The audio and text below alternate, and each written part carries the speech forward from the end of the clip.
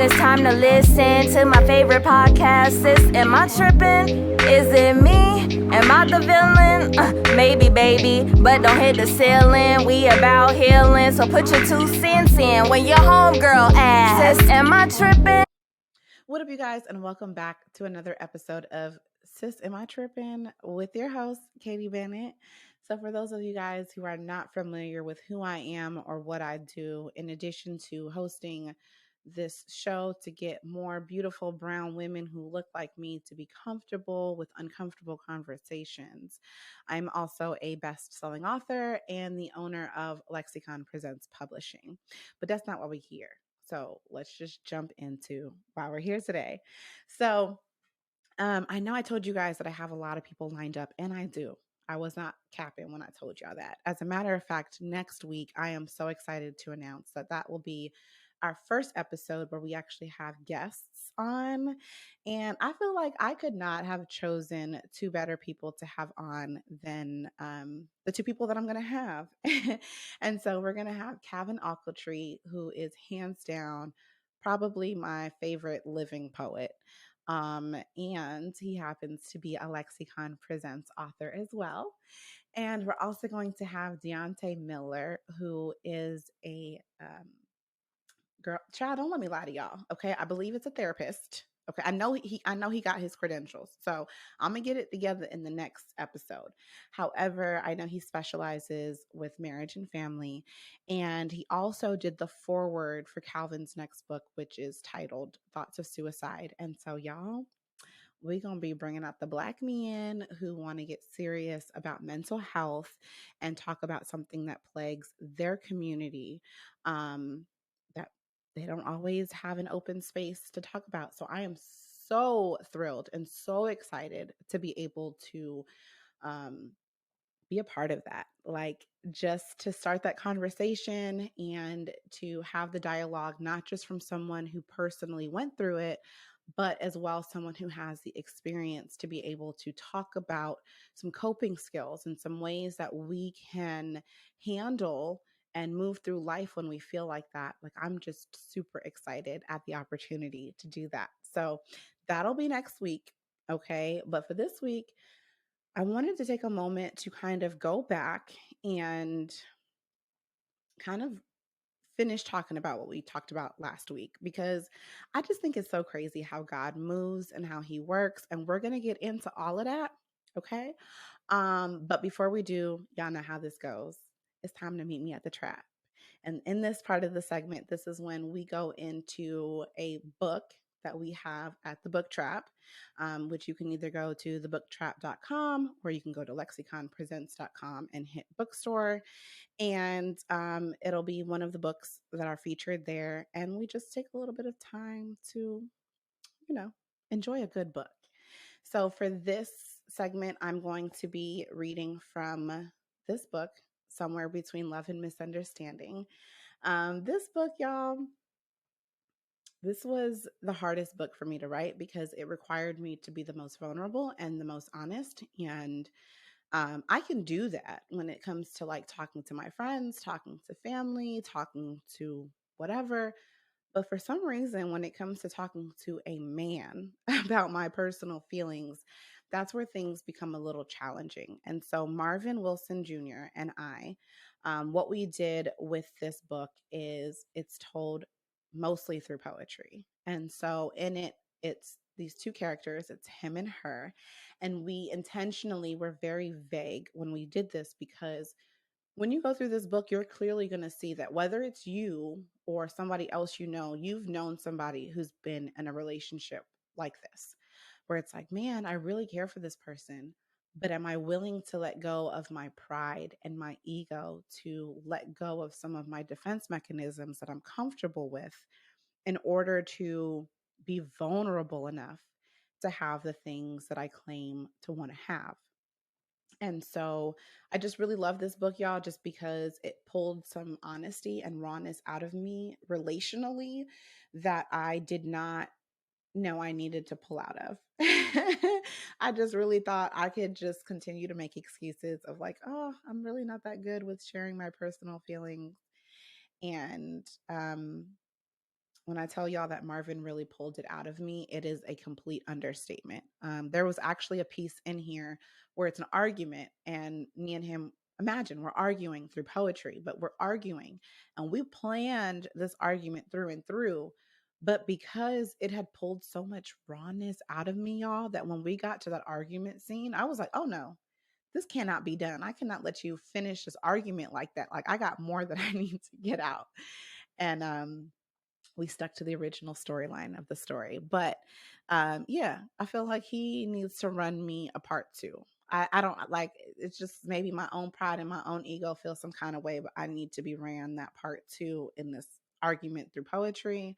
But I'm going to read you guys just a few little snippets of some of my favorite parts of this book. So this poem is called Her. And on this poem, this is their first date.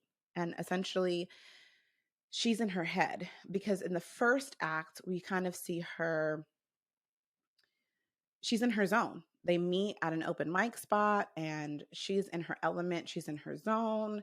She's flirty. She's fun, but getting her one-on-one and getting her in an intimate setting to where now it's like she does not have anything to hide behind. This is where you get the real her. And so this is one poem that I really loved. And so I wanted to share that with you guys. Like this moment, I want you to hold me and never let go. I think that's actually what I need the most. I've grown accustomed to, well, a lot of things. Some of them good, bad, hurtful, sad, but very few contain anything like the feelings I feel with you. This night is perfect, and I've never had anyone woo me like this. I just wish that I could always carry such bliss when I see this again in my memories. I'm rambling on and I probably sound crazy again, but I'm terrible at saying what I really feel, so it's no different now. I'd rather just enjoy this view under the sky, the stars and the moon, and the sparkle in your eyes when a new thought blooms. I'd rather be wrapped in the warmth of your words than to dodge the swords of my own. My mind is a battlefield, and sometimes it's a dangerous one. However, it's only to protect the jewels and precious gems that are trapped inside. They're worth more to me than any piece of silver or gold and hold much value, not just to myself, but also for the one brave enough to fight for it. But how do I tell my soldiers to remain at ease, to appease my heart, when I can't tell if you're the real deal or just a great piece of imitation art? So yeah, y'all. This book was so fun because I got into the male's perspective through poetry. And then I also got to pick Marvin's brain of like, is this how y'all really be thinking? And, you know, it was challenging. So I'm trying to see if I'm going to go through here. Ooh, here's another one. This is Her again. Excuse my hesitance. I usually don't stall so often, but there's just been a few bumps along the way that sometimes makes it difficult to switch gears. You see, I returned my vessel back to the source because all he ever wanted was what's inside. Meanwhile, these guys only care about what's outside, like casual sex was something I had advertised. Now, I could never say I'm waiting for marriage because to utter that would be a lie, but I know there is much more to me than what some simple men are after. They only see the surface, but don't realize that deep down I'm somewhat of a disaster. I guess for boys with ill intentions, that fact doesn't really matter. To me, it does. I want the next man that has me to have me and not simply just because. Sex should be a tool that we use when we're on the same page. It should verify, not mystify what's going on between you and I. Even though I've mastered my mind by not giving in to the desires of my flesh, I still find myself confused. I'm amused by the fact that unintentionally falling for you has moved me into a place I didn't know I was capable of finding ever again. The pain from being slain by previous battles with love that were all in vain has driven me to a point where I've gone a little insane. However, despite the chaos that carries on daily in my brain, I'm coming to a point where my feelings I can no longer refrain. I want to drown in the sea of your mind while you and I are emotionally combined, intertwined as one. Then, at that moment when I think the love part of my brain has won, my rational side reminds me that I should run. After all, to me, it feels like giving you over my energy and love is as dangerous as handing a killer a loaded gun. I hate to use that as an analogy, but the reality causes agony. The strength of our alchemy leaves me weak. I want to fall further into you, but if I do, strip down and leave myself completely unguarded, would you still like me at that view? Ooh, y'all. And that's how I really be feeling. But for those of you guys who read Charge It to the Game, the Tamia Santiago kicks in and she's like, I don't care who not like it. Me not care. Okay. And I just give off a thug act and it's not real. And so that's why we're healing, y'all, so we can do better, be better, have better. And so that was that. This week for our Manic Minutes, I think I really just wanted to not use a full minute. Because y'all know last time I said at first I was like, let me keep it under 90 seconds. And y'all, I went a whole 5 minutes. And it's my segment, it's my show. I can do that. But I'm trying to be better, do better, and try to stay within the limits that I place for myself. So what we're gonna do for this Manic Minute, I think instead of just having me ramble for 5 minutes like I did the last time, I actually want to put a call to action.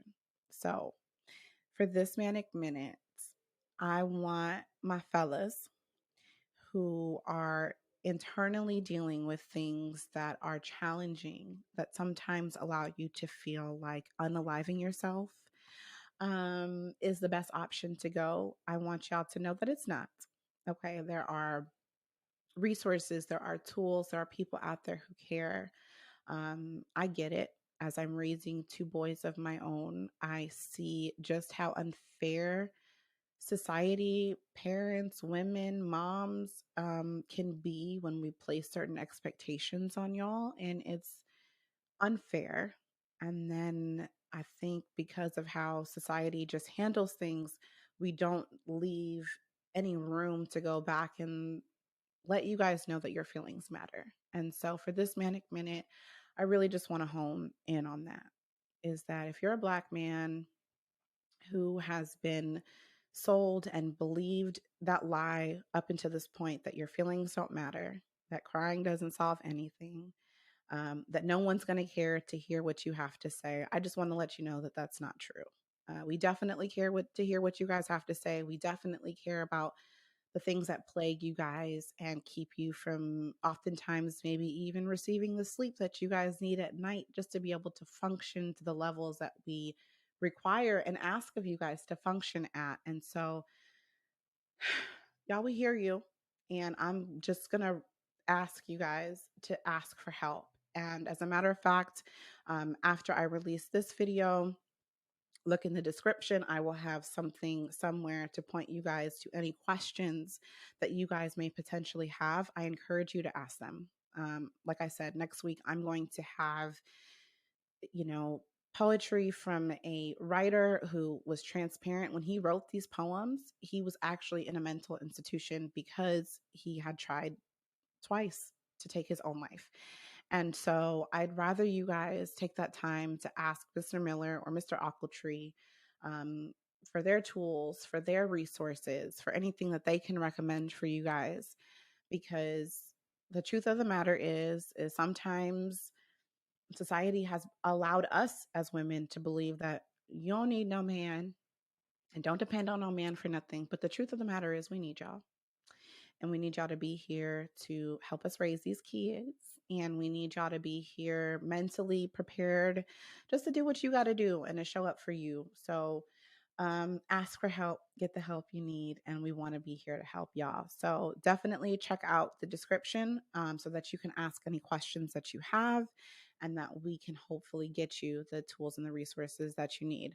Remember, I am not a therapist. That is not my job by trade. I'm just sharing my journey and how therapy and getting help has helped me. So that wraps up my Manic Minute. I don't even know how long that is. I won't know how long it was until I go to edit. But that'll be fun to do when that time comes. We'll see if I manage to stay under my 90 seconds or not.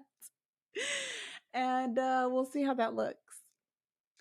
And then, y'all know, for the final part of the discussion, we just talk about and we get into our questions of like, sis, am I tripping? And so, my question to y'all is, sis, am I tripping? Or is entering our soft era easier said than done? Because y'all know when we did the Meet Me at the Trap, I read some very vulnerable poetry. And what's crazy is if you leave me a pen and a piece of paper, I can give you some of the most vulnerable, raw, real, emotion filled stuff that you're probably ever going to read. Call it tooting my own horn, whatever. I can do that. But, child, let it be a fine man sitting across from me, interested in me, wanting to pick my brain, wanting to get to know your girl. And I am so awkward, or I am so, I don't know if awkward's the word, but maybe we'll go with that. Um, but it's just really hard being in this space and dating and opening ourselves up when I've been conditioned and taught a lot of things, but how to open yourself up to someone is not it. And so I'm noticing that like I could soft girl era with my other black girls, my homegirls, my sisters. I could soft girl era with y'all all day. But the soft girl era where it matters, which is the areas that I haven't always shown up in the most delicate of ways, that's where I'm finding it to be pretty challenging. And so if you look on social media, we're probably conditioned to believe like, oh girl, we just need a bubble bath and a book and a nice candle. And while that is nice, listen, I'm not going to hold y'all. That is nice. Y'all do need to sit in a bubble bath with a nice candle and preferably one of my books. However, that is not the only part of it. The other part of it is, in my opinion, leaving a soft space for us to be caring with ourselves while trusting ourselves to be vulnerable with the people that we allow ourselves to share our energy with. And so that has been the biggest struggle for me. I will say, in being in my soft girl era, is trusting myself and saying, you know what, Keaidy, you're doing a good job and inviting certain people into your space that mean you well. And so be you, you know? Um, I don't know why that's so challenging. I don't know why that is so challenging, y'all. And so for me, when I meet a guy that I like and that I'm interested in, or that I care to maybe see what's happening to the next level, y'all, I swear I probably act like a 16-year-old boy when he has a crush. Like, I'm going to be like, yo, you want to play video games? You want to go play basketball? I might roast him a little bit. I'm gonna roast him a lot, as a matter of fact. Like, and I'm not trying to do that. I'm not. And so stepping into a softer side and trusting that someone can see that softer side and not use that just to their advantage and just to their benefit has been difficult and has been a complete challenge. Because just to briefly get into the last situation, and obviously as the season unpacks, I'm going to go more and more into what my situation that I just came out of looked like. But more and more as I unpack that and I start having difficult conversations that I'm still getting comfortable having, because I'm not just putting this pressure on you guys and I'm not going through it myself. Like, I have to get more comfortable um, with letting a guy know, like, yo, I like you, without having to tell him his game sucked or something first. Like, boy, first of all, you need to learn how to play defense. Like, no, I need to learn how to let a guy know I like him without that first. But I just know from my last situation, I was someone who I wore my heart on my sleeves. At the time when, my ex had met me, I was performing poetry, I was hosting shows, I was traveling, performing. I had actually just started with director TBL, who is a phenomenal director. And we had just started the production of Charge It to the Game. This was like almost 8 years ago. And um, slowly but surely, he was the first person, I believe, that I allowed myself to try to enter into this soft, submissive, follow my man kind of person. And we see how that worked out for me. Like, if we honestly look at how many books that I publish, how the fact that that show never came to pass until now, when I finally have days of recording. And I think that last situation just left me so traumatized that ultimately allowing myself to be in a position to say, you know what, I'm going to soften myself up, not just to getting to know this guy, but to soften myself up to following the vision that he has for whatever agreement we make for the legacy that we want to build. That's challenging. And it's so hard in this area not to allow my trauma to lead me. Um, and it's hard, you know? Like last week, I told y'all that it was hard redefining myself and trying to go out on dates and whatever else. And if y'all follow me on Instagram, then you know that since then I've shot my shot not once but twice. Kobe. And that thing landed both times. Okay. And so it kind of shifted my perspective a little bit of like, you know, dating and starting over isn't that bad actually. Like it just took me talking about it and getting those feelings out and really expressing how I was thinking and what I was feeling to be able to say, actually, sis, yes, it's hard to redefine ourselves. However, I am making this harder by not talking about it or not doing anything different about it and kind of just letting life happen to me, right? So just kind of like only entertaining the guys that reach out to me first.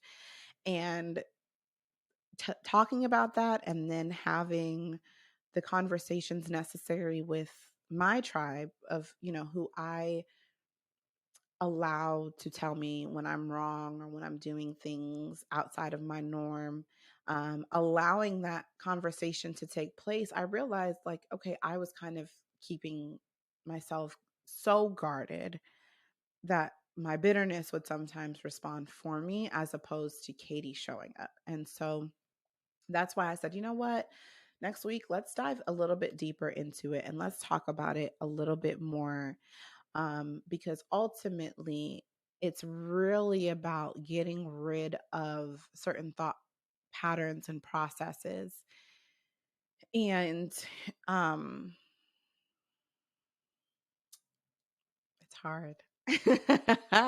Y'all, it is so hard because, being a woman, I come from a long line of hustlers. I come from a long line of just people that are going to do whatever it needs to take to get stuff done and to make changes and to make progress. Sometimes I could just get so caught up in my own brain and wrapped up in my own brain that I almost expect somebody to just kind of take it my way or just it's my way or the highway sometimes. And it's not like that. It can't be like that, And it's all because there's a part of me that's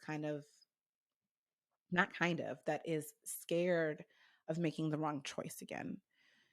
Despite the fact that I have a tribe of people that I trust, despite the fact that I am transparent with those people and all of these things, there's a part of me that's still afraid of making another wrong choice. I think like once you reach a certain age, right? Like I just turned 34 and you realize, at least for me, I'm not going to say wasted. Let me rephrase that. I spent 7 years in a relationship and feeling like I got nothing but children out of it. Can sometimes be so frightening that it's almost like we'll tell ourselves, like, we'll just put ourselves in a box and we'll close ourselves off literally to the world and only leave ourselves soft and available for our circle.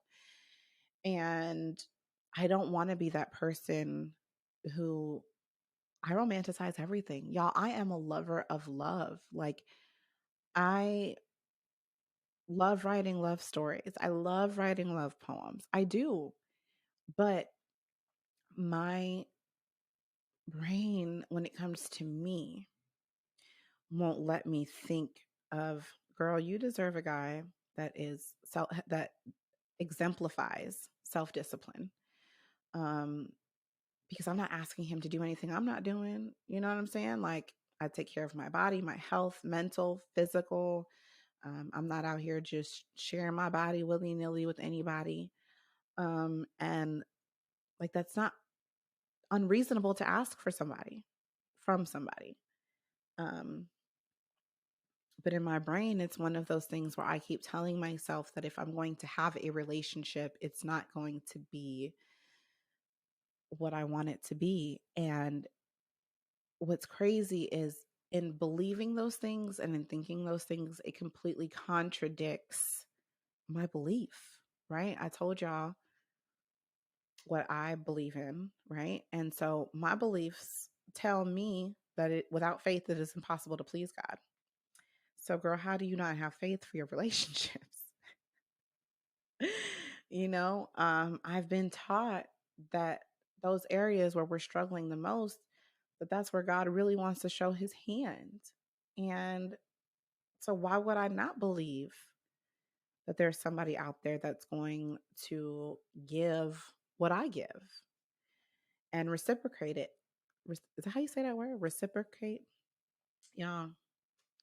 Who's not going to be able to do those things? That's crazy for me to live my life and just feel like I just need to be boxed in. And that old Carrie Bradshaw quote where it's like, oh, maybe our friends are our soulmates and guys are who we have fun with. And it's like, that's so much easier to tell myself than to say, no, God has somebody.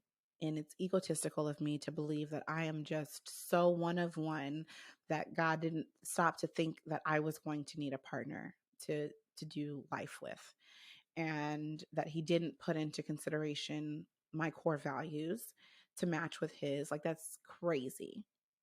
But when I'm alone in my room, that's what I convince myself. And so in doing so, that's why it makes it easier to see a guy asking me out and just be like, oh, okay, bye, out of here, blow him off, or not respond, or leave him on red, or make an excuse. My favorite excuses to use is always my kids, y'all. I'm not even gonna hold y'all. Because when somebody starts pressing just a little too hard, I'll just remind them, like, bro, I got 3 kids. Come on. Don't you got something else to do? And I can't keep doing that. That's not very soft girl era of me, especially when my community allows me a lot of help with them. And so I'm like, there's certain things I just can't keep doing and saying I want a different outcome. Because to keep doing certain things, like making excuses about why I can't talk on the phone, or why I can't go on dates, or why I refuse to let my walls down long enough for a guy to really get to know me. I can't, I just can't keep doing that. And then complaining to my homegirls of like, yo, I want a man, but they're not out here. And it's like, they're probably in my DMs and I've just ignored them. Who knows? As a matter of fact, y'all, there was this one dude and he was like, yo, what is it going to take? He literally had to go through and show me multiple times in which he has shot his shot. And I was like, oh, yeah, I'll let you know. Okay, that's cool. Like, I'm just so in my own head sometimes that I just don't even recognize it or realize it when it's coming my way. And so, y'all, the soft girl era thing is not for the weak hearted. It really requires you to unlearn some things that we've gotten comfortable with.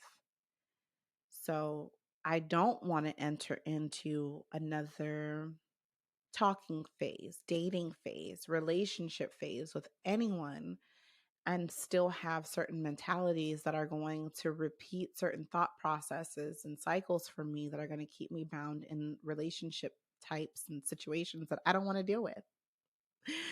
Um, so that's just my thing, y'all. And I think when I release this, I am going to once again ask y'all for y'all tips. Like those of you guys who entered into your soft girl era and have allowed this to transform your dating world, how does that look for y'all? How does that look going from a woman who says, I don't need a man, I can't depend on no man? How does that look? Like realistically, what does that look like transitioning from I don't need no man, I don't want no man, I don't have to depend on nobody to pay my bills. I pay every last one of these bills by myself. So what I look like submitting, following, whatever to anybody.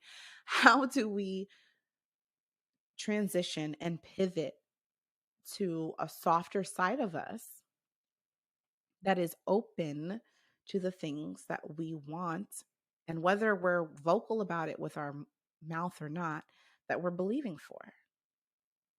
How do we do that realistically? How do I do that realistically without losing myself and my values and my boundaries that I hold even myself to? How do we do that?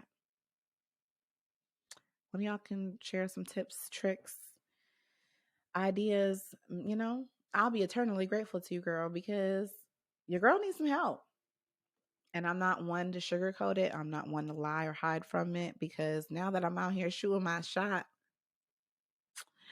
I want to make sure that it counts for something. Okay. I want to make sure that I'm not wasting somebody else's time. I don't want to go into a situation and now, because of my traumas and triggers, I'm the problem. I don't want to do that. Absolutely not. So if y'all could drop some tips, I'll be eternally grateful. But I'm finna go ahead and get up off of here because I got things to do to prepare for next week. And like I said, and like I told y'all before, I'm super excited about having these two Black men on here talking about a topic that does not get talked about enough in our community, much less for them. And the reason why I wanted to do that on this podcast is because some of us are raising young Black boys who are going to have some of the same struggles that Calvin has had or is maybe still dealing with. And we're going to be able to hear those things from a grown man and then hopefully utilize and make our lives easier, along with making the lives easier of the young Black men that we're raising. So then that way we can see some of those challenges that they're having and find some solutions for them early. Like I know, without putting my son's business on blast, my oldest son, he has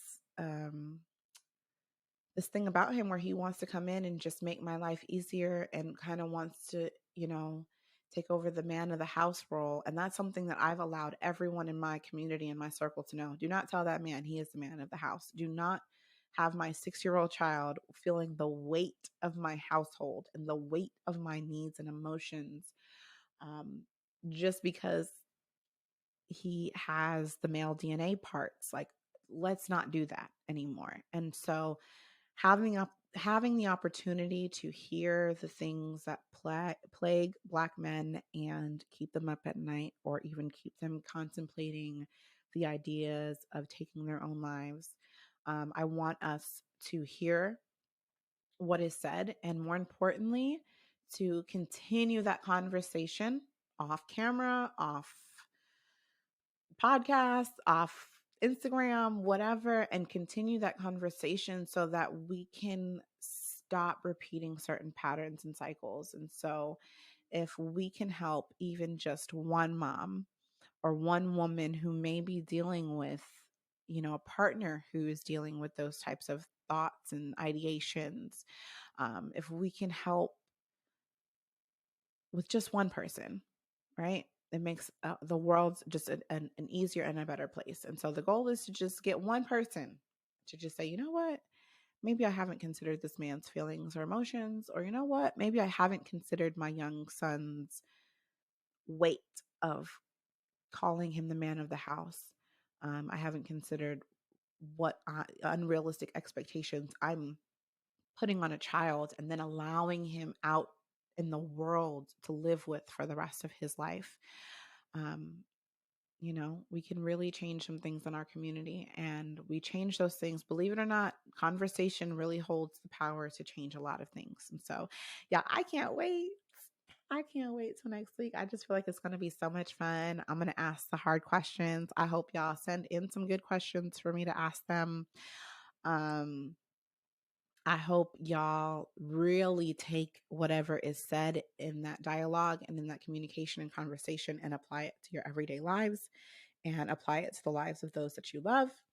But before we get up out of here, I just want to take some time to remind you that you alone are enough. I don't care what society has told you. I don't care what, because sometimes our partners be the biggest haters. I don't care what your partner might have said this morning, this week, whatever. You are worthy. I'm grateful and glad that you just showed up. I'm glad that you popped over here to listen to this. And I'm glad that you are going to continue this communication off of the podcast and potentially with your own tribe and your own circle of friends or your own therapist. Okay. And that way, whatever challenges that my vulnerability has allowed you to recognize within yourself, that you're able to just continue to peel back those layers like an onion and get down to the root cause and the root to the core and the essence of what makes you this wonderful being, and trying to just remove all of the other stuff that is trying to keep you from seeing that. So girl, you enough, and we finna be all right, and we finna live and walk in it. And to anybody who don't like it, hashtag charge it to the game, baby, because we gonna be us. Okay. I love y'all. I can't wait to see y'all next week and have another hard conversation about something that we need to change in our community.